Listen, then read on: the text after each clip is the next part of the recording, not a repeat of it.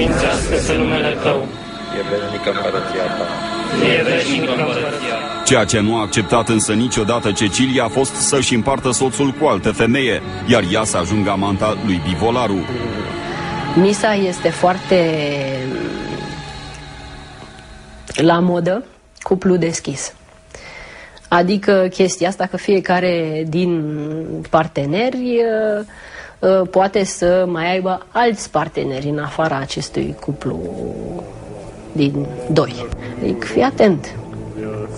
Chestia asta cu cuplu deschis, zic, tot ce se poate să fie cea mai spirituală chestie de pe planetă și din afara ei, zic, dar eu, așa cum sunt eu, n-am nivelul.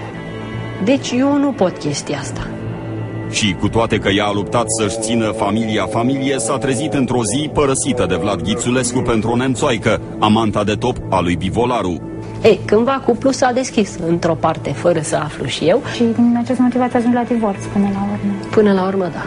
După tergiversări îndelungate, care după divorț cândva s-a și căsătorit și au acum un copil împreună. După ce a fost înșelată de soț, a urmat divorțul. După despărțire, Cecilia, ca să fie sigură că e cazul să părăsească misa, i-a scris lui însuși Guru Grig.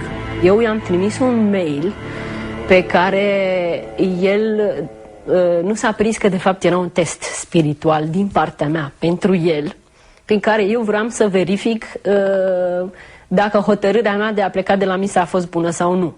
Deci în acel mail îl rugam, din păcate nu-l mai am, îl rugam să mă ajute să-mi repar familia, pentru că efectiv simțeam că mi ies din minți, că nu mai pot să judec cum trebuie.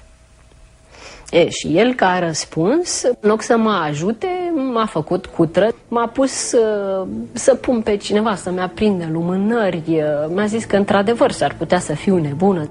După divorț, Cecilia a suferit mult, dar a avut puterea să-și construiască o viață nouă. E acum studentă în Germania la psihologie. Locuiește în Leverkusen cu fiica ei adolescentă, Chris, și le spune tuturor adevărul despre misa. Nu consideră că doar ea a fost afectată, ci este de părere că toate femeile au de suferit de pe urma acestei organizații. M-am gândit, domnule, foarte bine, au năpăstuit femeile, de la femei trebuie să li se tragă. Dacă nimeni altcineva nu face nimic efectiv împotriva acestei mișcări ca să se termine cu porcăriile, am zis ok, atunci o fac eu. Sfințească-se numele Tău, sfințească-se numele Tău,